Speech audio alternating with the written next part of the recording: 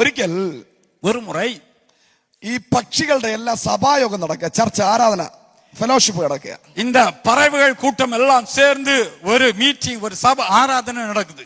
നടത്തുക, സഭ ആരാധന നടത്തുക. ஒரு சர்ச் ஆராதனை நடக்க, ஒரு கூட்டம் சேர்ந்து ஒரு ஆராதனை ഈ நடக்குது. തമിഴ്നാട്ടിലും കേരളത്തിലും, ഇവിടെ അല്ല, UK-ലല്ല, തമിഴ്നാടും കേരളത്തിലും, யூகே அல்ல, இந்தியாவில் இருக்கக்கூடிய தமிழ்நாட்டிலும் கேரளத்திலும் ഈ മഴ വന്നു കഴിഞ്ഞാൽ പിന്നെ ആൾക്കാർ ആരാധനയ്ക്ക് പോകത്തില്ല. இந்த மழை வந்து விட்டால் உடனே ஆராதனைக்கு போக மாட்டாங்க. Price the Lord. Praise the Lord. പിന്നെ പാസ്റ്ററും 3-4 പേരും ഇരുന്ന് പാടത്തേ ഉള്ളൂ. பாஸ்டரும் கூட 2-3 பேர் உட்கார்ந்து பாடுவார்கள், ആരും കാണത്തില്ല. சபை ஆராதனைக்கு வர மாட்டாங்க. Price the Lord. പിന്നെ അന്നത്തെ അവസ്ഥ ഒരു മൂടിക്കെട്ടിയ അവസ്ഥയായിരിക്കും. அன்னைக்குள்ள காரியம், அன்னைக்குள்ள ஆராதனை ஒரு ஒரு ஒரு உற்சாகம் இல்லாத ஒரு ஆராதனையா இருக்கும். അങ്ങനെ പക്ഷികളെല്ലാം കൂടെ പക്ഷികളുടെ പാസ്റ്റർ പ്രാർത്ഥിച്ചോണ്ടിരിക്കുക. அந்த பறவை கூட்டத்தினுடைய பாஸ்டர் உட்கார்ந்து ஜெபம் பண்ணி கொண்டிருக்கிறார். அப்போ ஓரோரோ പക്ഷികൾ പറന്നു വരിക. அப்பொழுது ஒவ்வொரு அந்த பறவைகளும் பறந்து வருகிறது. ലവ് ബേർഡ്സ് വന്നു, லவ் பேர்ட்ஸ் வந்துச்சு, കാക്ക വന്നു, காகம் வந்தது. നിങ്ങൾക്ക് ഇഷ്ടമുള്ള പക്ഷികളൊക്കെ പറഞ്ഞോ. இதுல இருக்கக்கூடிய மற்ற அந்த பறவைகளும் பறந்து வந்தது. എല്ലാം നനഞ്ഞു കുളിച്ചൊരു പരുവായിട്ട് വന്നിരിക്കുക. எல்லாம் அந்த மழையில நனைந்து வரைத்து கொண்டு வந்து உட்கார்ந்து இருக்கிறது. കൊടയ്ക്ക് പോലും തടയാൻ പറ്റാത്ത മഴയായിരുന്നു അന്ന് പെയ്തത്. அது கொடை கூட பிடிக்க முடியாதபடி பயங்கரமான ஒரு அடமழை பெய்தது. എല്ലാം നനഞ്ഞു വിറച്ചിരിക്കുക. எல்லாரும் நனைந்து அதை அந்த குளிரில விரைத்து கொண்டிருக்கிறது. പാസ്റ്റർ ഹല്ലേലൂയ പറയാൻ പറഞ്ഞപ്പോ പറയുന്നില്ല. பாஸ்டர் அல்லேலூயா சொல்லும்போது இந்த விதைகள் சொல்லவில்லை. സ്തോത്രം പറഞ്ഞപ്പോ സ്തോത്രം ഒന്നും പറയുന്നില്ല. சோத்திரம் சொன்னால் சோத்திரம் சொல்லல. ആമേൻ ഒന്നുമില്ല. ஆமென் சொன்னா ஒண்ணுமே இல்ல. കാരണം ഒരു സ്തോത്രം പറയേണ്ട മൂഡിലല്ല. ஏனென்று சொன்னால் அந்த ஸ்தோத்திரம் சொல்லக்கூடிய அந்த மூடில இல்ல. Hallelujah. Hallelujah. Price the Lord. Praise the Lord. കുറെ കഴിഞ്ഞപ്പോൾ ഒരു കഴുകൻ പറന്നു വരികയാണ്. ஆனால் கழுகு பறந்து வரும் பொழுது പക്ഷി പാസ്റ്റർ നോക്കിയപ്പോൾ ഒരു കഴുകൻ പറന്നു വരികയാണ്. அந்த அந்த பறவையினுடைய பாஸ்டர் பார்க்கிற நேரத்தில் ஒரு கழுகு பறந்து வருகிறது. பியூட்டி பார்லரில் നിന്ന് ഇറങ്ങി വന്നതുപോലെ ഫ്രഷ് ആയിട്ട് പറந்து വരിക. அந்த கழுகு எப்படி வருகிறது என்று சொன்னால் பியூட்டி பார்லரில் இருந்து இறங்கி வருகிறது போல அந்த கழுகு ஃப்ரெஷ்ஷாக பறந்து வருகிறது. நல்ல ஃப்ரெஷ் ஆയിട്ട്, நல்ல பியூட்டிஃபுல் ஆയിട്ട് പറந்து വരിക. ரொம்ப அழகாக நல்ல ஃப்ரெஷ்ஷாக பறந்து வருகிறது.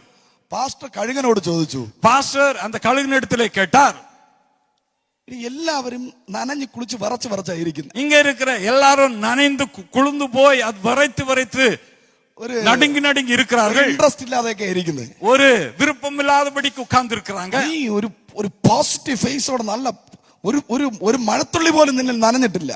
நீ ஒரு அழகான முகத்தோடு உன்னிடத்துல ஒரு மழை துளி கூட நனையாதபடிக்கு நீ வந்திருக்கிறாய். ഇതെങ്ങനെയാ സംഭവിച്ചത്? இது எப்படி நடந்துச்சு? കഴുകൻ പറഞ്ഞു. அப்பொழுது கழுகு சொல்லுகிறது, ഞാൻ മഴയുടെ കീഴെ അല്ലായിരുന്നു, நான் மலையினுடைய கீழே அல்ல, ഞാൻ അതിന്റെയും മുകളിലായിരുന്നു. மலையினுடைய மேலே நான் பறந்து வந்தேன். கரங்களை தட்டி, നീ പ്രശ്നത്തിന്റെ അകത്തല്ല, നീ പ്രശ്നത്തിന്റെ മുകളിലാണ്. நீ மலையினுடைய அகத்தில் அடியில் இல்ல, நீ இருக்கிறது அதனுடைய மேகத்தின் மேலே இருக்கிறாய். പ്രോബ്ലത്തിന്റെ അകത്തല്ല, நீ பிரச்சனையுடைய அடியில் அல்ல, നീ പ്രശ്നത്തിന്റെ മുകളിലാണ്. உன்னுடைய பிரச்சனையின் மேலே நீ இருக்கிறாய். അതുകൊണ്ടാണ് യേശു, அதனால தான் இயேசு കടലിന്റെ അടിയിലൂടെ നടന്നെന്നല്ല എഴുതിയിരിക്കുന്നത്, கடலின் அடியில் நடந்தார் என்று எழுதப்படவில்லை, കടലിന്റെ മുകളിൽ നടന്നു. கடலின் மேலே அவர் நடந்து வந்தார் என்று எழுதப்பட்டிருக்கிறது. ശക്തിയോടെ അടിച്ചു പറഞ്ഞാട്ടെ, കരങ്ങളെ തട്ടി നീ சத்தமாய் சொல்லுவோமா? പ്രശ്നത്തിനകത്ത് കടന്ന് നീന്താനല്ല ദൈവം നിന്നെ വിളിച്ചത്. கஷ்டத்துக்கு அடியிலே கிடந்து நீங்கள் நீந்துவதற்காக அல்ல தேவன் உங்களை அழைத்தவர். പ്രശ്നത്തിന്റെ മീതെ നടക്കുവാൻ ദൈവം നിന്നെ അഭിഷേകം ചെയ്യുകയാണ്. கஷ்டத்துக்கு மேலே நீங்கள் நடந்து சொல்லும்படியாக தேவன் உங்களை அழைத்திருக்கிறார். എത്ര പേര് വിശ്വസിക്കുന്നു? எத்தனை பேர் விசுவாசிக்கிறீர்கள்? ഏതാണോ പ്രോബ്ലം നിന്നെ ഫേസ് ചെയ്യുന്നത്, ஏதாவது பிரச்சனைகள் உங்களை மேற்கொள்ளும் பொழுது, നീ ഫേസ് ചെയ്യുന്ന പ്രശ്നം എന്ത് തന്നെയായിരുന്നാലും, உன்னுடைய பிரச்சனை எப்படிப்பட்ட பிரச்சனையா இருந்தாலும், ഇന്ന് പകല് പരിശുദ്ധാത്മാവ് പറയുന്നു, இன்று காலை நேரத்தில் பரிசுத்த ஆவியானவர் சொல்லுகிறார், പ്രശ്നത്തെ ചവിട്ടുവാൻ ஒரு அபிஷேகத்தை ദൈവം അയക്കാൻ പോകുന്നു. அந்த வேளை சவுட்டி நடந்து போகும்படியான ஒரு அபிஷேகத்தை கர்த்தர் கொடுக்கிறார். ഹല്ലേലൂയ. ஹல்லேலூயா. ദൈവം നിന്റെ ഫെയ്ത്ത് ലെവലിലാണ് നിന്റെ ആയുസ് ഇരിക്കുന്നത്. தேவன் உங்களுடைய விசுவாசத்தின் அளவில் தான் உங்களுடைய ஆயுசை வைத்திருக்கிறார். Praise the Lord. Praise the Lord. ഞാൻ രണ്ട് വ്യക്തികളെ പരിചയപ്പെടുത്താം. நான் இரண்டு பேரை உங்களுக்கு പരിചയപ്പെടുത്തി கொடுக்கிறேன். ഒന്ന് യാക്കോബ്, ஒன்று யாக்கோபு, രണ്ട് ഏശാവ്. രണ്ട് ஏசாவு. യാക്കോബിന്റെ ചേട്ടൻ ഏശാവ്. ஒன்று யாக்கோபு, இரண்டு ஏசா. അണ്ണനെയും തമ്പിയെയും കാണാൻ പറ്റും. அண்ணனும் தம்பியுமாக அந்த இடத்துல பார்க்கிறோம். തമ്പി പായസം ഉണ്ടാക്കിയപ്പോ അണ്ണൻ വീണു. தம்பி பாயசம் செய்த பொழுது அண்ணன் அதிலே விழுந்து போனார். Praise the Lord. അണ്ണൻ അടുത്തിരുന്ന പായസം നോക്കി அண்ணன் பக்கத்துல இருந்த தம்பி செய்த பாயசத்தை பார்த்தான். ആ അണ്ണനാണ് കാക്ക. அந்த அண்ணன் தான் காக்கா. Praise the Lord. Hallelujah hallelujah. Hallelujah. തമ്പി പായസം അല്ല നോക്കിയത്, தம்பி பாயசத்தை பார்க்கல, ജ്യേഷ്ഠാവകാശത്തെ നോക്കി. அவன் அவன் அந்த புத்திர சுவிகாரத்தை அவன் பார்த்தான். മനസ്സിലായവരാമേൻ പറഞ്ഞു. சேஷ புத்திர பாகத்தை பார்த்தான். ഹല്ലേലൂയ. ஹல்லேலூயா. യാക്കോബ് അപ്പന്റെ അനുഗ്രഹം പ്രാപിച്ചുകൊണ്ട് പോയി. யாக்கோபு தன்னுடைய தகப்பனுடைய ஆசீர்வாதத்தை வாங்கி கொண்டு போய்விட்டான். പായസത്തെ നോക്കിയവൻ ശാപത്തിലിരുന്നു. பாயசத்தை பார்த்தவன் சாபத்தில் ஆகிவிட்டான். ഹല്ലേലൂയ. ஹல்லேலூயா. ഇന്ന് പകല് പറഞ്ഞേ, എന്റെ അമേൻ ഒരു ലോങ് സൈറ്റ് എനിക്ക് ഉണ്ടാവണം. எனக்கு இந்த காலையில ஒரு தூர பார்வை எனக்கு வேணும். ഹല്ലേലൂയ. ஹல்லேலூயா.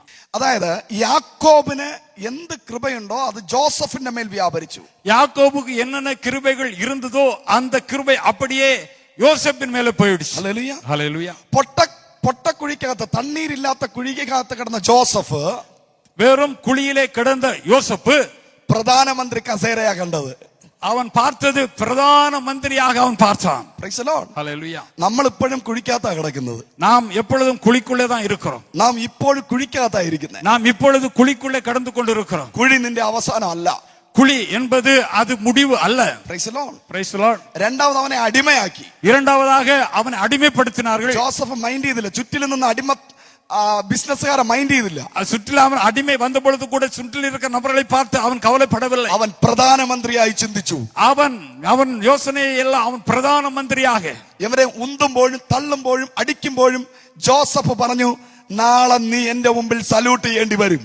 ஹல்லேலூயா. அவனை யோசேப்பை அந்த குழியில போடும் பொழுதும், அவனை தூக்கும் பொழுதும், அவனை அடிக்கும் பொழுதும், நிந்திக்கும் பொழுதும் அவன் சொன்னான், நீங்கள் எல்லாரும் எனக்கு முன்பாக ஒரு நாளிலே எனக்கு சல்யூட் பண்ண வேண்டிய சூழ்நிலை வரும். എന്റെ കയ്യിൽ നിന്ന് സാലറി വാങ്ങുന്ന ഒരു ദിവസം വരും. என்னுடைய கரத்திலிருந்து நீங்கள் சம்பளம் வாங்கக்கூடிய ஒரு சூழ்நிலை வரும். Long site. அது தூர பார்வை. Price the Lord. അടുത്തിരിക്കുന്നവരെ കൈ കൊടുത്തിട്ട് പറഞ്ഞേ, பக்கத்தில் இருக்கிறவங்க கரத்தை கொடுத்து சொல்லுங்க, കഴുകന്റെ കണ്ണ്, கழுகனுடைய கண் ലോങ് സൈറ്റ് ഉള്ള കണ്ണാണ്.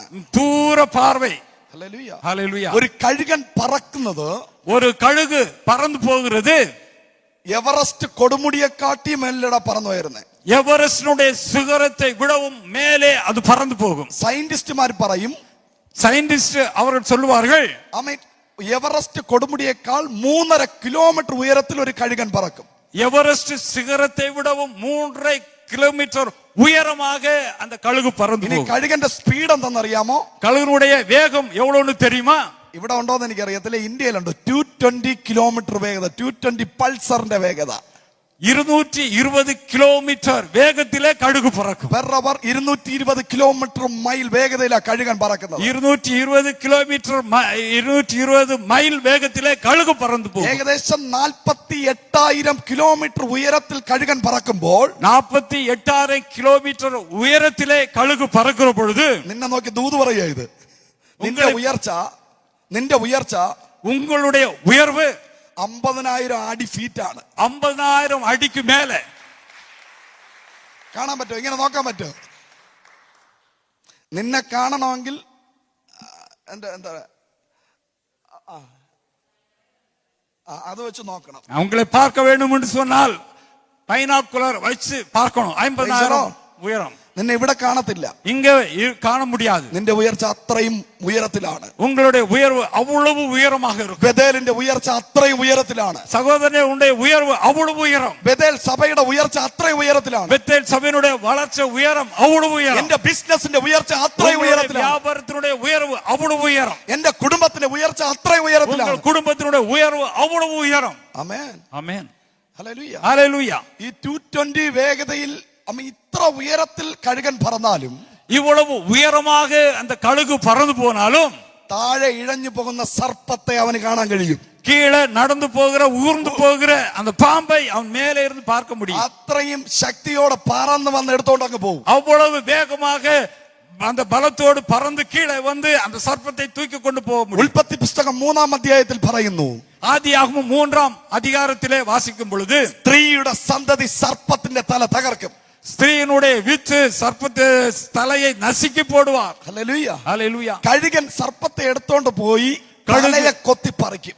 கழுகு சர்ப்பத்தை எடுத்துக்கொண்டு போனால் முதலாவது செய்கிறது அதனுடைய தலையை கொத்து തകർത്തുകളെ കൊത്തി കൊത്തി കൊത്തി തകർക്കും. அதை கொத்தி கொத்தி கொத்தி சின்ன பின்னமாக்குவான். അതാ തകർക്കുക എന്ന് പറയുന്നത്. அதுதான் தறக்கிறது என்று சொல்லுகிறது. അതിന്റെ കാല് കൊണ്ട് ഒതുക്കി, அதனுடைய காலை கொண்டு அதை நெருக்கி, മൂർച്ചയുള്ള കൊമ്പുകൾ കൊണ്ട് കുത്തി പാമ്പിനെ കൊന്നുകളയും. அதனுடைய கொம்பை கொண்டு அதை கொத்தி கொத்தி கொத்தி அதை தகர்த்து விடுவான். Praise the Lord. Praise the Lord. ആ സ്ത്രീയുടെ സന്തതി ഈഗിളാണ്. அந்த ஸ்திரீனுடைய வித்து ஈகிள், கழுகு. I am the eagle. நான் கழுகு. ഇപ്പൊ സ്ത്രീയുടെ സന്തതി മൊത്തം പാമ്പ് കടി കൊണ്ട് ചത്തോണ്ടിരിക്കുക. Praise the Lord. Praise the Lord. Hallelujah. Hallelujah. സ്ത്രീയുടെ സന്തതി പാമ്പിന്റെ കടിയേറ്റ് ചത്തോണ്ടിരിക്കുക. ஸ்திரீனுடைய வித்து பாம்பனுடைய கடியை படித்துக் கொண்டிருக்கிறோம். കാക്കകള്, cocker. Praise the Lord. Praise the Lord.